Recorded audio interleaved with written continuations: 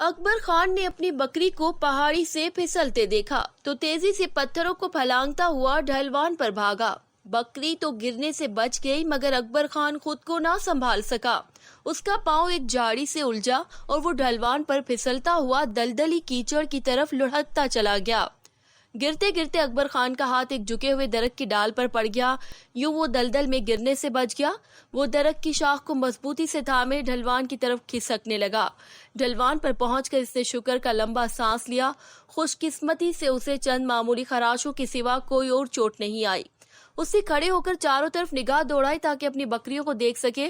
उसी वक्त इसकी नजर उन दो आदमियों पर पड़ी जो लकड़ी का एक बॉक्स उठाए झाड़ियों में छुपते हुए पहाड़ी गार में दाखिल हो रहे थे। दोनों ने शहरी लिबास पहना हुआ था। ये कौन लोग हैं? ये तो गांव के नहीं लगते, अकबर खान ने हैरानी से ज़ेर लब कहा। वो अपनी बकरियों को भूलकर गार की तरफ चल पड़ा और अंधेरे गार में दाखिल हो गया। जब इसकी नजरें अंधेरे में देखने के काबिल हुई तो इसने देखा कि गार खाली था। गार में घुसने वाले शहरियों और इस लकड़ी के बॉक्स का वहां नामो निशान तक नहीं था। ये लोग कहाँ चले गए? गार तो पीछे से बंद है, अकबर खान ने खुद से कहा। इसने गार का कोना कोना छान मारा मगर कुछ नजर न आया। अकबर खान अपनी बकरियां लेकर घर लौटने लगा तो इसकी नजर दरिया में एक कश्ती पर पड़ी। 3 मछेरे मछलियों से भरी कश्ती खींचते हुए दरिया की दूसरी सिमत जा रहे थे। दूसरे दिन अकबर खान ने फिर इन 2 आदमियों को गार में दाखिल होते देखा। अकबर खान जल्दी जल्दी पहाड़ी से उतरा और उनके पीछे गार में दाखिल हो गया। मगर पहले दिन की तरह आज भी गार खाली था। किसी जी रूह का वहां वजूद ना था। या अल्लाह, ये इंसान है या भूत? कहाँ गायब हो जाते हैं? अकबर खान सोचता हुआ अपनी बकरियां लेके गांव आ गया। सारी रात वो ये वाकया ना भुला सका। इसने तहिया कर लिया कि वो ये राज जानकर ही छोड़ेगा।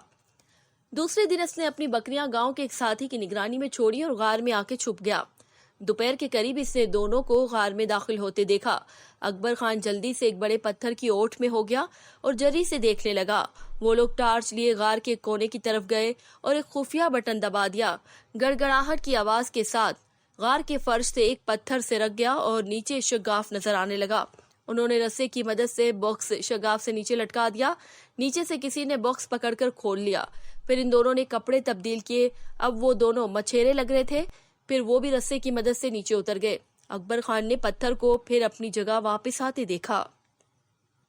शायद किसी ने नीचे से बटन दबा दिया था। अकबर खान कुछ देर वहीं छुपा रहा। उसे यकीन हो गया कि अब वो लोग चले गए हैं तो वो अपनी पनाहगाह से निकला और गार के कोने में जाकर बटन दबा दिया। गड़गड़ाहट की आवाज से पत्थर अपनी जगह से सिरक गया। अकबर खान ने शगाफ से झांका तो नीचे दरिया का धारा नजर आया। अब सारी सूरत हाल अकबर खान के सामने रोजे रोशन की तरह वाज़े हो चुकी थी। ये लोग गैर कानूनी तौर पर कोई चीज बॉक्स में छुपा कर लाते थे। उनका तीसरा साथी जो शगाफ के नीचे कश्ती लिए खड़ा होता था वो बॉक्स वसूल कर लेता और फिर तीनों मछुआरों के रूप में दरिया पार उतर जाते। इस सपैर अकबर खान करीबी पुलिस चौकी पे बैठा पुलिस के अफसरों को सारी सूरत हाल बता रहा था।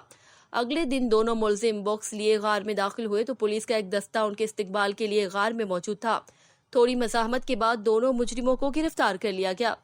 पुलिस के दूसरे दस्ते ने मुलजिमों के तीसरे साथी को भी दरिया के किनारे से गिरफ्तार कर लिया। पुलिस की तफ्तीश से पता चला कि मुजरिम हमसाय मुल्क के तखरीबकार थे जो मुल्क में दहशतगर्दी की मंसूबाबंदी कर रहे थे और धमाका खेज मवाद और असला अपने मकामी साथियों को गार के शिगाफ के रास्ते मछेरों के रूप में पहुंचा रहे थे।